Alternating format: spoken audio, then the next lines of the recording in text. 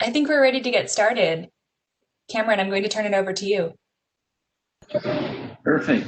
Thank you. I appreciate that. So it's with the utmost pleasure that I formally announce the strategic alliance between Puerto Rico Chamber of Commerce and Babson College. Both centennial entities are undisputable leaders in their respective fields. Now, the Puerto Rico Chamber of Commerce has been the voice of the Puerto Rico business community for over 100 years now. The constant effort and focus on helping the government create the proper atmosphere for businesses to thrive has been the cornerstone of our continued success. As part of this vision of helping businesses thrive, we have identified the need to help the largest portion of our private sector, the small and medium-sized businesses.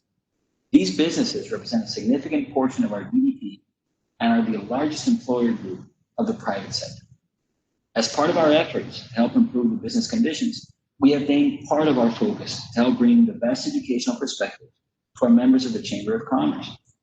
The idea was guided by the simple old adage that states, you give a man a fish, you feed him for a day, but you teach a man how to fish, you feed him for a lifetime. And this is part of our board's vision by entering into the strategic alliance with Babson College. Babson has been the undisputable world entrepreneurial educational leader for the past 2 decades. Babson's model of entrepreneurial thought and action had been the cornerstone of their educational foundation and blends academic expertise with practical experiential knowledge imparted by both academics and leaders of the business community. As a proud entrepreneur, member of the board of directors of the Chamber of Commerce, and Babson alum, as you can all imagine, today's a day of great pride and satisfaction for me. And I would like to invite you to take a look at the Puerto Rico Chamber of Commerce website, where you will find details of the strategic alliance and the great benefits the members of the chambers will have, ranging from free seminars to discounted part-time MBA programs. For you that didn't know that, I'm an MBA, and it's too bad I didn't know that before. I would have waited a few years. But as you can tell, I'm quite excited about this alliance. And certainly, it will yield great dividends to our local business community. Having said that, and without further ado, I'd like to introduce you to Rachel Crane from Babson College Executive Education. Thank you. Thank you, Cameron, and to everyone for being here today. My name is Rachel Crane, and I work in Babson's Executive Education Division, and I've been working very closely with Cameron and the other Chamber board members to bring this collaboration to fruition. So I wanted to put a face to the name. If you have any questions about the programs and benefits that are being offered to the Chamber, I'm a good point of contact. And we're really excited to be able to kick off this new relationship, as well as introduce one of Babson's finest professors and get the chance to talk about something that is so near and dear to us, entrepreneurship. So I'd like to introduce Professor Andrew Corbett, who'll be leading our session today. He is the Paul T. Babson Chair of Entrepreneurship and also serves as Chair of the Entrepreneurship Division at Babson. You are in good hands, and I'll let Andrew elaborate on his impressive background and set the context for today. Thank you. Great. Thank you, Rachel. What I'm going to do, folks, is just share some things here so we can get started. I'll share this slide. What I won't do is elaborate on my credentials. Nobody wants that, right? We don't want that. And I'll talk to you a little bit about who I am and what I did. But thank you so much, Rachel, and thank you as well, Cameron, for the introduction and this partnership. It's going to be fabulous for both of us. I see it as being mutually beneficial. Little setup about what we'll do. I am going to give you some context of my background quickly, and then most of you know Babson, but not everyone does. So I'll give a little bit of that as well, and then we'll talk a little bit about what it's like to be an entrepreneur and be entrepreneurial in these times, but in general, and what we can do to meet the mission of what Cameron talked about, right? Are mostly small and medium-sized enterprises on the island. You know, how do we work with them? How do we build them? How do we continue to make them grow and innovate and continue to succeed? So we'll give a little content on that and then have time for question and answer. So again, so I'm Andrew Corbett. I'm a professor of entrepreneurship here at Babson College. Most germane to what we're doing here today, I work with a lot of startups. I work with a lot of growth companies, and I do work with some larger companies as well. those companies, right? Whether you're a mid-sized company or the larger companies, ones that need strategic growth, renewal, and they need to be continually innovative and entrepreneurial. So that's the space where I am. My research for a long time worked in learning and cognition. And so how do you as an entrepreneur identify new opportunities to help you build your business? I do a fair bit of work in the corporate space with that as well. So how are we entrepreneurial when we've already got our organization up and running? Bureaucracy is creeping in and knocking at the door. How do we keep it out? How do we continue to innovate and thrive in our organization? And I also do some, it makes sense, I guess, I do some research as well as in entrepreneurship education research. So not teaching, right? Not about teaching, but the research on how we can impart what we know that entrepreneurs do well to others to help everybody. So with that, that's a little background on me. What's important, though, I think even more important for those of you who may not know Babson well, is who is Babson, right? So Babson College, as Cameron again noted, just like the island, we're 100 years old, heading into our second century now.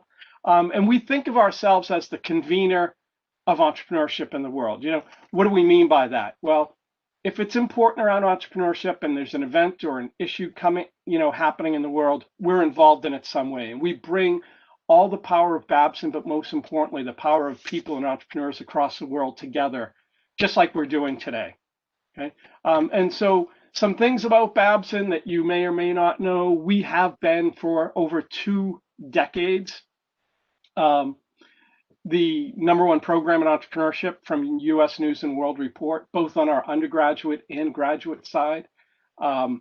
We're a school that, for those of you who are parents, and maybe it'll be 20 years down the road for Cameron with the new twins, but for those of you who are parents, it's always good to see that return on investment, we're #1 from pay scale. So if you go to Babson, work hard, you're going to do fine.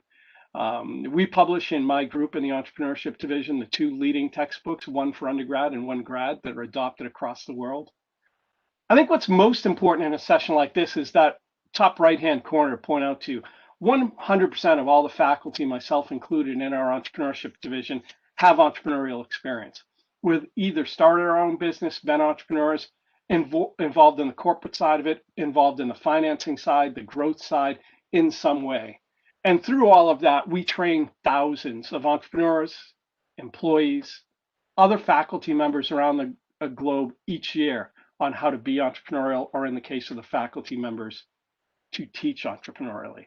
So that's a little bit about me and Babson, but I want to give you a little flavor of some of the content and some ways to look at things. So when you're thinking about maybe some of the future seminars or programs, and maybe someday down the road, a degree program with Babson, you get a sense of who it is and what we do. I'm going to start here about being entrepreneurial. I'm going to ask first, if you like, and I know Carlin is manning the chat box, if you like, as I explained to you who these 3 companies are that are on the screen, if you like, drop into the chat box and tell me, and she'll read it out if she has them, tell me what you think it means to be entrepreneurial.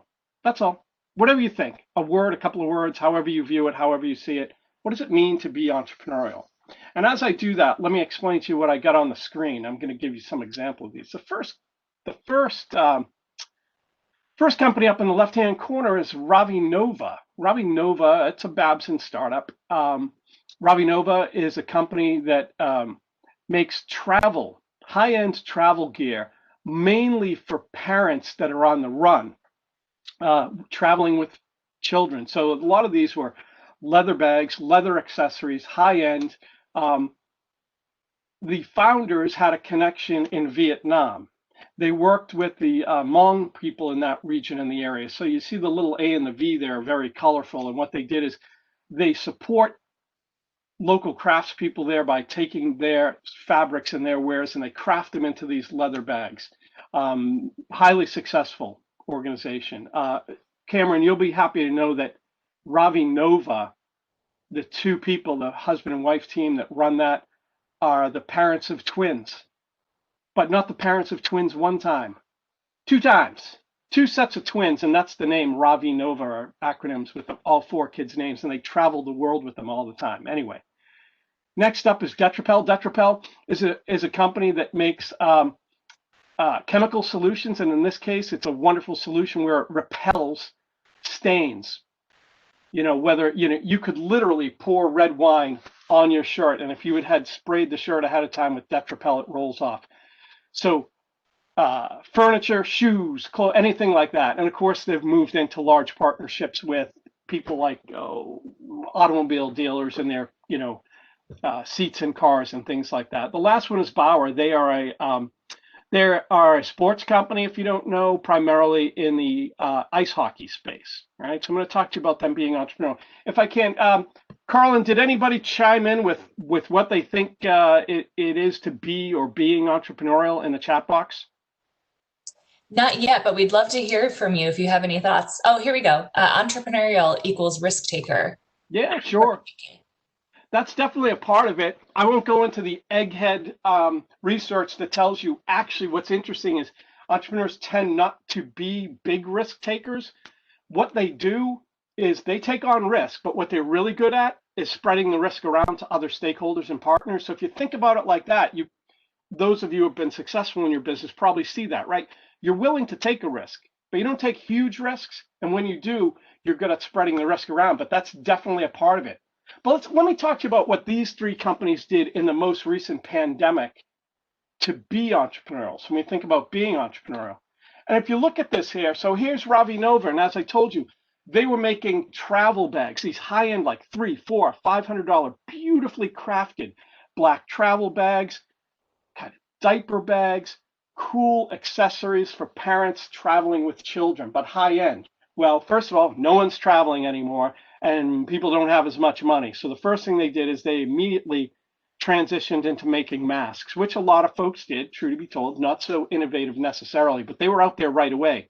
And they used the material that they had to create really creative masks, including the smile mask you see here, to shift. And in no time, they had sold like millions, right? And they literally were into the seven figures of selling this because they were so quick, working with their suppliers in Southeast Asia. Detrapel in the middle, well, you can imagine it, as you see there, fabric, upholstery, baby gear, shoe gear. They're making this repellent to keep things clear. Now, this is a little more, but they reformulated into a cleaner that could be used to spray and clean things down during the pandemic. So 99.9% clean, right? So it was out there. So they changed their entire production lines and went from making a repellent to a cleaner. Bauer at the end, you can see there's your classic hockey mask. I'm a hockey guy. And they, like a lot of other people, move towards making masks. So this is an interesting way. So you see people shifting on the fly. But your first thought might be like, okay, that's great, but those are kind of, small niche companies. And it's also, they're just responding to COVID. Do other companies do this? Yeah, I mean, there's some pretty large ones that did it as well. I mean, over the summer, Doug Markham, who's the CEO of American Airlines, one of the things he did, which is a big flyer down to the island, I know, they immediately got out in front and had 50% more airplanes in June and July when most carriers weren't flying than their primary competitors, Delta and American Airlines. And the thought on this was like, okay, we're taking a beating anyway, but we're going to get up in the air and we're going to fly because it's going to be a lot easier to scale back once we figure this out than to ramp up. So they were staying ahead of folks. Hilton, all right, so big companies can do this too. Hilton Hotels and Resorts, this was really cool. They created a workforce resource center. So all their workers that are frontline workers, just like if I was in San Juan down on the island, right? All the hotels along the strip there. All those people are out of business across the US, right? No one's going to hotels, nobody's traveling. These people don't have jobs. So what did Hilton do? They created their workforce resource center, knowing that their people are out of a job, but they need work and we want to help them.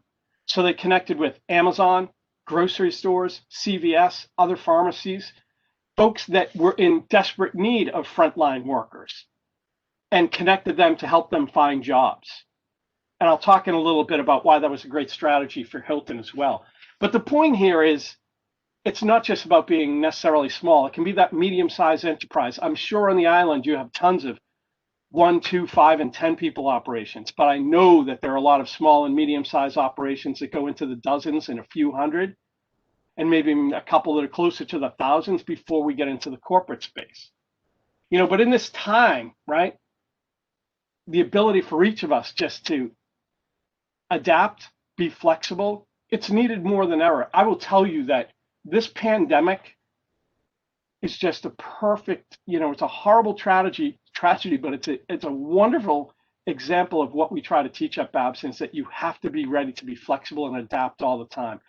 And the organizations and the entrepreneurs that are doing well, and those that aren't are unfortunately falling behind. And what this really means, I think of it like this.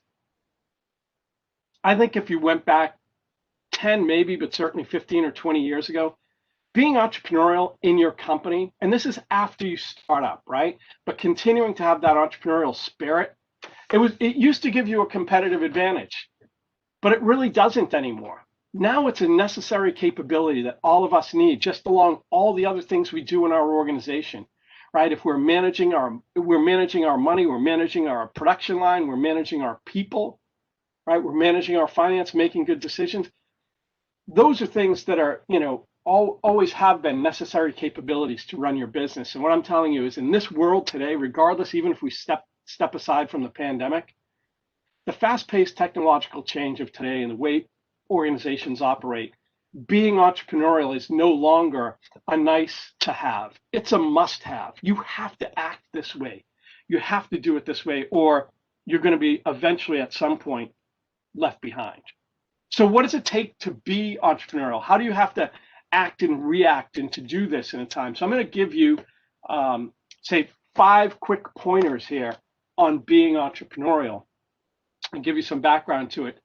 And then we'll talk a bit about maybe some programs from Babson, and then we'll just open it up for a Q&A. So number 1 is this concept of small experiments. If you're looking to find something new for your existing organization, you want to try out a new product, you want to try out a new area of distribution, you want to find a new customer space, testing the entire idea at once probably isn't the best way to go about doing it. It takes too much resource investment. It takes too much time investment. It takes a lot of big things. The point here is to do small scale experiments. Test just a part of the idea that you want to do. Don't test the whole thing. Test part of it, get feedback, redo it, because probably part of what you are thinking about is not necessarily on point. So those customers will give you feedback, you'll reshape, and you'll move forward. So small experiments, parts, not the whole. And I always try to remind folks, we tend to think about this as product, right? We'll think about things like if it's a food product, taste, size, color, fine. If it's a product, size, different, efficiency of it, maybe the color of a new product, a new SKU. And those things are good, but just as important, you have to test out, is the distribution system going to be different? Is the packaging different? Is the operations on the back end different? So there's all sorts of things that go to this that you need to test. And the point is, segment one, test one at a time, learn from it, reshape the idea, test that again, or test another small part. So being entrepreneurial first is about taking those small steps and testing things in a small way. Another part of this is just sort of a mindset, right? To just let go of things. When your marketplace changes, realize that it may be time for you to make some significant changes as well. It may be that it's time to change, how you handle your packaging, how you handle your product. So I've worked with a student for a number of years here. He's been out for years now, and his name's Hanson Grant, and Hanson has this company called ThinkBoard. And if you're a Babson person, you've certainly heard of it. And ThinkBoard is a dry erase board. It's basically a portable erase board that you can put anywhere. His business, like most, took it on the chin when the pandemic hit, but he immediately retrenched. He immediately made work from home bundles of his product. He immediately made teach from home bundles of his product. He let go of the attachments of how he always typically sells his product and found new customers in a little bit different model that allowed him to continue to succeed and thrive with his business during this tough time. So it's small experiments, and it's in understanding to let go of attachments. The next point is to be, as I say, flexible and long. Flexible, but always keeping a view for the long view in mind. And this, as I alluded to earlier, the perfect example of this is the Workforce Resource Center at Hilton. All of their frontline folks need jobs. So what did they do? As I said, they connected up an electronic system right into Amazon, right into Kroger, Albertsons, CVS, big pharmacy chains, all the folks that needed workers at the time. And the idea here was that, like, look, these are housekeeping staff, these are bellhops, these are people in the front lines right out in the front desk area, and they need work, and we don't have it for them. And the idea was like, look, if we treat our employees right, and in the short term we're flexible and we say, hey, look, we're going to help you find a job. But when the time comes that people start traveling again, as they've started to a bit, but when they really start traveling again, and Hilton needs them back, the idea is your employees, who, as we all know, are our most precious resource, are likely to come back, right? So the long view is, how do I keep these people, my employees, happy? With the hope that if you find them a job in the interim, then when it's time and you need them and you call them back, they'll come back to you. And if they don't, because they've started on maybe a new path and a new career, the word of mouth and the long-term view of this is nothing but positive, because you create an environment where you are known as someone who's good and helpful to their employees in that case. So being flexible in the short term and keeping that long-term view in mind. Number 4, it's always important to, if you're being entrepreneurial, you got to find the other like-minded people in your organization. The fact is, all the studies in organizational behavior and change management tell you that about 20% of the people in your organization, and I'd ask you to think about this. So whether you've got 10 employees, so we're talking about 2, or if you've got 20 and there's 4, if there's 100 and there's 20, about 20% of your employees, they're ready to go at any moment. They're ready to change things, to be entrepreneurial, to be innovative. They're good with change management and they're happy. They can deal with it. Unfortunately, another 20%, no matter what you do, they want to keep it the old way. They're just not ready for change. And so your job is twofold. One is to find the other entrepreneurial thinkers in your organization, make them allies, bring them close, collect them, make them, your core. And like I said, it's easy to find that 20%. The big part of your job is, if I got 20% who are ready to go and do entrepreneurial things with me, 20% who unfortunately just never, they're hard to do. Your other big part of your job is right there in the middle. There's 60% in the middle. They're waiting for you. They're waiting to be motivated. They're waiting to be taken on the journey with you. So find those allies. Find those allies of that 20% that are ready to be entrepreneurial with you, and together with them, bring along that 60%. The other folks sometimes, well, you can find roles for them, that's fine, but let them go. So find your allies. This is important as well. The last thing I'd say on being entrepreneurial is just remember this. Inaction kills, right? Not taking an action is a choice, right? Choosing not to do something. This is like the essence of strategy, right? Strategy, so I know Cameron, MBA, I'm sure other people have experienced this and know this as well. Strategy is not about what you choose to do. People miss this. They think strategy is, oh, here's a strategy, here's what we're doing. I mean, yeah, that's it.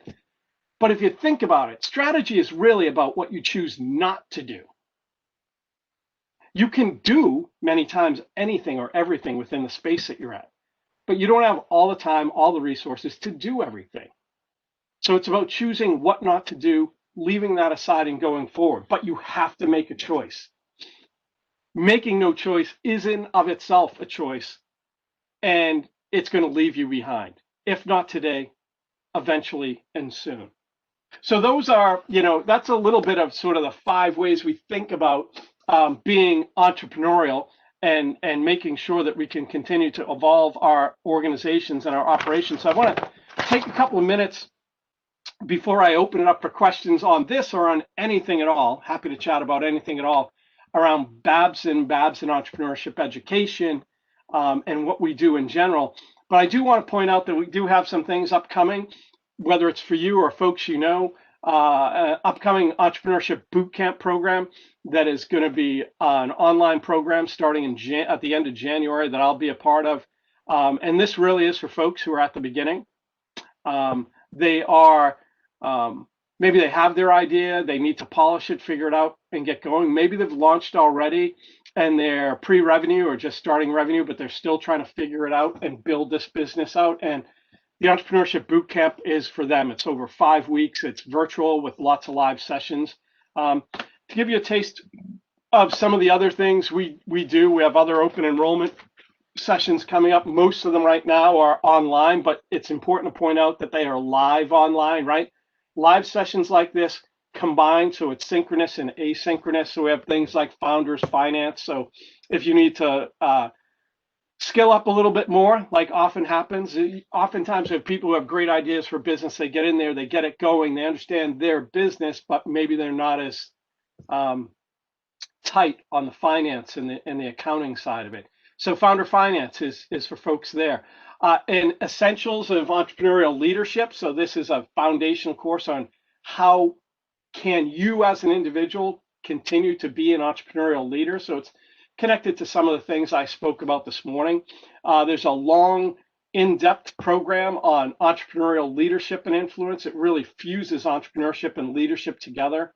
So it helps you drive your organization as well. And the last one there is about entrepreneurial thought and action, which is how we view being entrepreneurial and how we put it into action. How do you do that in a time of crisis? So that's just a taste. These four and the boot camp that I talked about, these 4 or 5 really just a taste of the things that now as official members of the Babson community through this great new strategic partnership that we have with the Chamber, this is just a taste of the things. And if you wanted to see more, you can see in the bottom of the screen here, you can go to babson.edu/B, which is Babson Executive Education, for more details on a ton of other programs that are out there right now.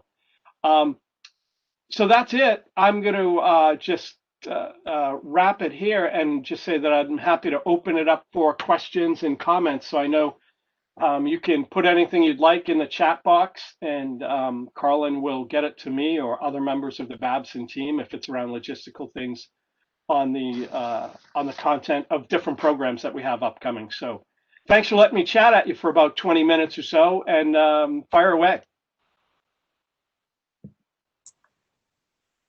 Andrew, thank you so much. That was so timely, and we're really looking forward to seeing what questions you might have for Andrew. So please feel free to type those into the chat box. If you're on a laptop, you will see the chat window down on the right-hand side if it's not already open on your computer. And if you are on a cell phone, you'll have to tap in to find that chat box. But look forward to any questions that will be coming in. We do have a couple questions already.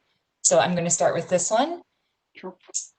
Pivoting quickly relies on my employees. How to encourage or develop their entrepreneurial mindset in inline workers? How can I support my workers through more work with fewer resources? Yeah, I think that's a great question, but it's probably the most important question, because you can't do this all by yourself, right? It's not possible. So I do think the first thing is trying to get our folks to understand the breadth of what it means to be entrepreneurial, right? And how you can help them in their job. I think in this case, it's an encouragement if you can. So you're saying frontline workers, and I'm not sure what the industry is, but let's say if it's a retail operation or say it's a manufacturing operation, whatever it is, you certainly have clarity around what the roles and responsibilities are for each of your employees. The question for you then to give to them is how much autonomy will you give them in that space? In other words, if the rule book says we do X, when a customer asks for this? Do you allow that employee to sort of go off the card from what you normally, because you trust that they know how to handle that situation and not just follow the sort of mandated rules that we have, right? And so in this case, it's really a question of empowering your employees to, one, allow them to be autonomous, two, allow them to look for better solutions. So if it is that production line, maybe one of them sees like, look, we could do this differently or this better. So I think the first thing is to open up that communication with them, to let them know that, look, this is how we do things here, but we always want to innovate and evolve. So if you think as our frontline employees have a better idea of how to do something, my door's open, you should come and talk to me. So I think the first thing is opening up a true open relationship and trust with those frontline employees so that they know that they can come to you with their ideas and their ways to do what we do better, right? The whole goal is to do what we do better to please our clients or our customers. So empowering them to do that, I think, is the answer. And that starts with letting them know what it means to be entrepreneurial. Great, thank you, Andrew. Sure. Can you say a bit more about spreading risk? Oh yeah, so that first question came to, right? That's just, you know, classic research work we've done, and we've looked at entrepreneurs, and an easy way to do that, to think about it, is just think about capital to begin with, right? All the people involved, if there has to be serious investment, right? No one, usually we have people with follow-on investment, we have partners in the investment, because nobody wants to take on the full risk of something when it's still uncertain and unknown. So that's a simple way to think about it. But the same thing, you know, would be in my organization. If I'm starting a company, yeah, I'm a risk taker. So don't get me wrong. If I'm an entrepreneur, I'm a risk taker. There's no way around that. But my point was, everyone tries to say, oh, they're risk takers and they love risk. Nobody loves risk, right? Entrepreneurs are not, like, by trait or characteristic loving of risk. What I was really trying to point out is that they understand that they have to take risk. They're willing to take risk, but the ones who are successful almost immediately try to spread that risk. So how do we do that in this case? If you are a founder at the beginning, maybe it's bringing on a partner, right? Then when it's time to produce, say you're producing, you know, because right there, that spreads your risk in half if you guys both have half the equity in the business, right? It brings a lot of other good things too, right? And then if it's time to go and produce, you know, how much of it do you manufacture? How much of it do you outsource? You know, moving that risk around and finding expertise and finding others to do that, finding capital and others who help you. So it's really, if you think about each part of the business, it's just spreading that risk around so that you're not 100% doing this by yourself. You're not 100% financing everything. You're not 100% building the product, delivering the product. So it's really a question of just parsing that risk out around strategic partners that you want. And look, everybody does that to an extent already.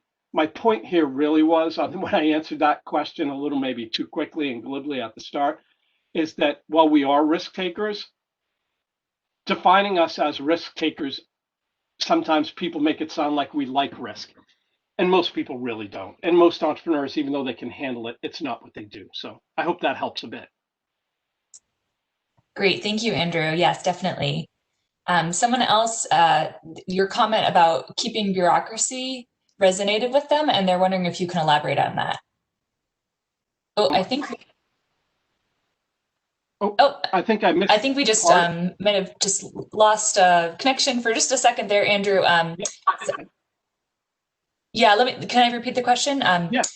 Great. Okay. Yeah. So your comment about keeping bureaucracy out resonated with me. Can you elaborate? Yeah, sure. I think the first thing I'd say about keeping bureaucracy out is to recognize there's something important to recognize first, so don't fall into this trap. You'll hear things a lot, as an aside first, you'll hear people talk a lot about risk and uncertainty. When we talk about risk and uncertainty, we talk about risk and uncertainty so much that people think risk and uncertainty are always together in the same, and they're not. I know everyone on this call knows that there's a distinct difference between risk and uncertainty. And I bring that up here because what often gets tied with bureaucracy is hierarchy, right? Levels of employees, and we talk all the time about flattening an organization. Don't mix or conflate bureaucracy with hierarchy. Sometimes, somebody has to be the boss. Sorry, somebody has to be in charge. You can still keep things relatively flat, but just because people have some hierarchy doesn't mean it's bureaucratic, right? And so again, I think the way to keep bureaucracy out is, again, connection with your people, trust and openness. It really goes back in some ways to like the thoughts of open book management. How open are you with your employees?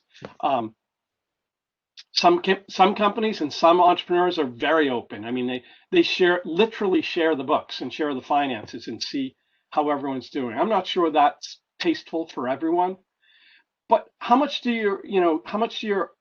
does each of your employees understand about their job, their role, what comes before them? In other words, if they're making something or selling something, the people that we're connected to in the organization or outside the organization.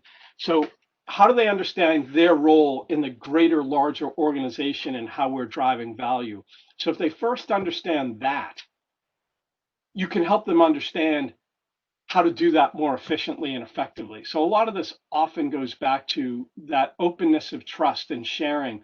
How entrepreneurially oriented are you going to allow each of your employees to be?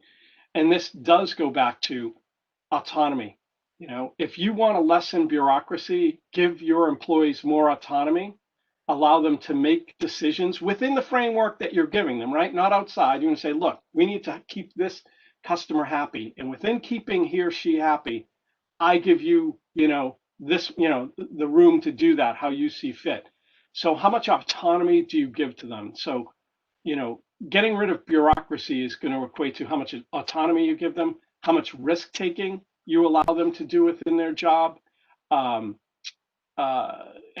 issues like that, right? So autonomy, risk taking, and then certainly that goes to you about what's your capacity for allowing them to do that. But the best way to do that is to empower your employees and make them entrepreneurial with you. Certainly within some guidelines and guide rails around what they need to do, right? If you're someone who's in production, you're not going to really let them go off and do stuff outside of their area, but within their area of expertise or within their role in their job, how much autonomy will you give them to recraft their job, to do their job differently? If they come into you these days with technology and social media and they say, hey, boss, we should be doing it this way, do you put them aside and go, hey, we're just a restaurant, we don't do that, or we're just this, we don't do that? Or do you invite them and go, okay, yeah, why don't you do some of that for me? So it's the autonomy, risk-taking, and breadth of operations that you allow your employees to do. And the more that you trust them and give them that empowerment, you're going to keep bureaucracy, outside the door.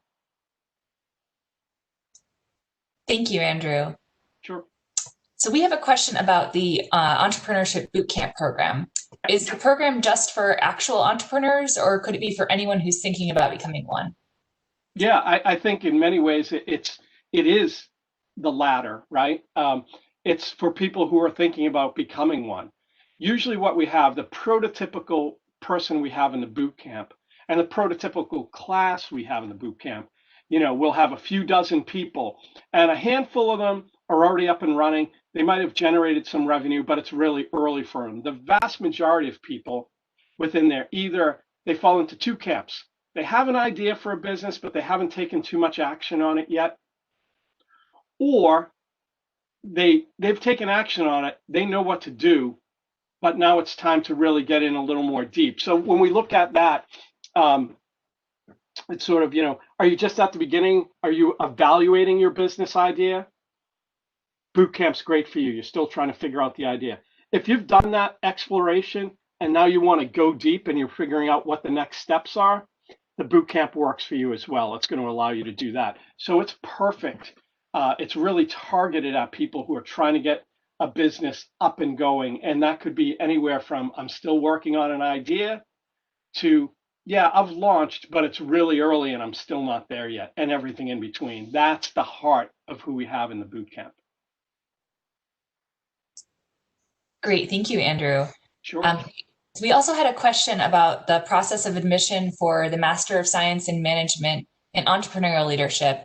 And Tomas, we'll follow up with you about that question and get you connected to the information to give you a little bit more on that. Yeah, Carlin, can I ask you, is that the Masters in Advanced Entrepreneurial Leadership or the Masters in, there's two? He wrote Master of Science in Management. Yeah, that's a different one too. Yeah, but Carlin's right. So I was going to try to answer that, Tomas, but I'm not I might give you a small bit of wrong information. So we'll let the professionals get that info to you. It's always dangerous, a little bit of knowledge is dangerous. You got to stay in your lane. So there's an open house for that's coming up in January, so that might be a good resource to get some questions answered. Great. And we had someone who, when you were showing the slide with this number 2 tips, they had a little network connectivity issue, and we're wondering if you could go back over that. Here? Yes. Yeah. So here we're really talking about trying to let go of the attachments of the way you've always done things, right? And open yourself up to new opportunities. So that's sort of really the point here. You've always done things in a certain way, and even when you're successful, now's the time to be looking for new opportunities and new avenues. You don't want to wait until it's too late. That's what's classically known as, the innovator's dilemma. So that's a book, but it's also a concept by Clayton Christensen, who unfortunately recently passed away. He was a longtime innovation guru over at Harvard. And he talks about the innovator's dilemma. And in its essence is customers will keep telling you, oh yeah, I like your product, just change it a little like this, change it a little. They'll keep telling you, giving you feedback. Oh, keep doing it like that, keep doing it like that. And then all of a sudden one day they're gone, because at the same time, there's this radical innovation that's going on over here. You're sticking to your knitting and doing the way you've always done it. But outside over here, the world's changing. But your customers, until that radical innovation gets right and gets straight, they'll keep telling you because they need your product. But the day that stuff, gets to a point that it's ready to go, they drop you like a stone. So even when you're successful, you have to be experimenting with new products, new delivery systems, new ways of pleasing your customer. So that's that point of like letting go of some of those attachments and being ready to do it. So Carlin, you had mentioned network, so I'm not sure if that was this one or if it was one of the others, but that's what number 2 is about. Allies networks, yeah. Yeah, I think that was the one, but Okay. Will, please chime in the chat if that didn't answer your question. And I believe that that's the end of our questions. If anyone else has any additional questions, please just type them in now. But Andrew, I want to thank you so much for your time and expertise. This webinar was recorded and it's going to be posted on the Chamber website. So if anyone wants to reference any of the learnings from today, that will be there for you. And once again, we want to thank the PR Chamber of Commerce for your collaboration with Babson College. This is the first in a series of webinars for us, and we hope you'll join us again. And we really do hope that you found today's session valuable. And as you exit the webinar, you're going to see a pop-up screen with a very short, less than 1 minute survey, and your feedback is very valuable to us. So thank you in advance, and please stay safe, everyone. Thank you. Oh, I'm so sorry. Actually, before we sign off here, I see we do have one more question that came in, Andrew. So there's someone has had a design and creative consultant business for 7 years and is trying to somehow move over to a business that will allow her to still use her skills and make passive income. Norma would like to know what you recommend as far as learning resources. Yeah, that's a tough one right in this spot. But I mean, I think the case there is if you've got a design and consultancy business and looking to move towards passive income, the straight path there is to get people working for you, but that's always tricky. So, Nora, I'm sorry I don't have something off the top of my head, because if you want to stay in that space, I think the way to do it is to get trusted partners to come and work for you, sort of junior people. That would be the first line. Then if you want to move towards something else, I think you would have to again start looking at other business opportunities outside your space. So I'm not so sure, without looking into it a little more, that I can give you any more than that. So I apologize. Thank you, Andrew. And oh, Norma said thank you as well. So thanks. Actually, Andrew, we do have another question from Miguel.